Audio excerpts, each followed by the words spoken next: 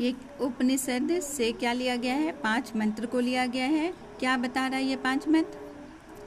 परमात्मा, आत्मा और परमात्मा के सत्य की गूढ़ रहस्य इसमें है। हिरण्यमेन पात्रेण सत्यस्य अपहितं मुखम तत्त्वं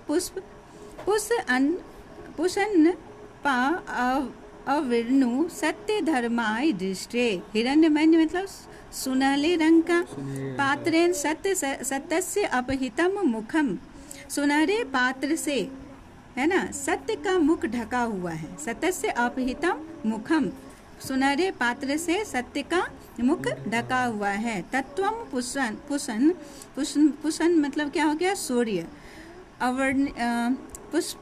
पुष्पन अवर्ण्यु सत्य धर्माय दृष्टे, इसलिए हे सूर्य सत्य और धर्म के देखने के लिए यानी प्राप्त करने के लिए उस आवरण को हटा दें, है ना।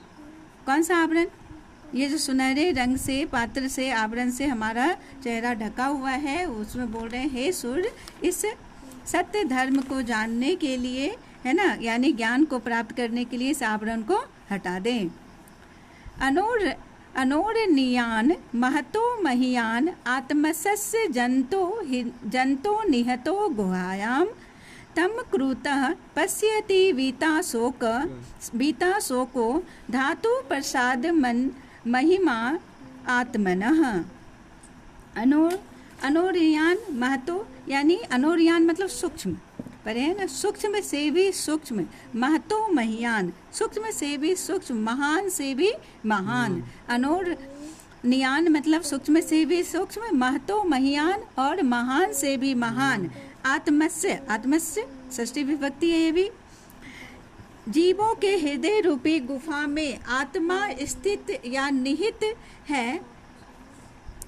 तम कृतः पश्यति वीत शोको धातु प्रसाद महिमान आत्मनः। तीक्ष्ण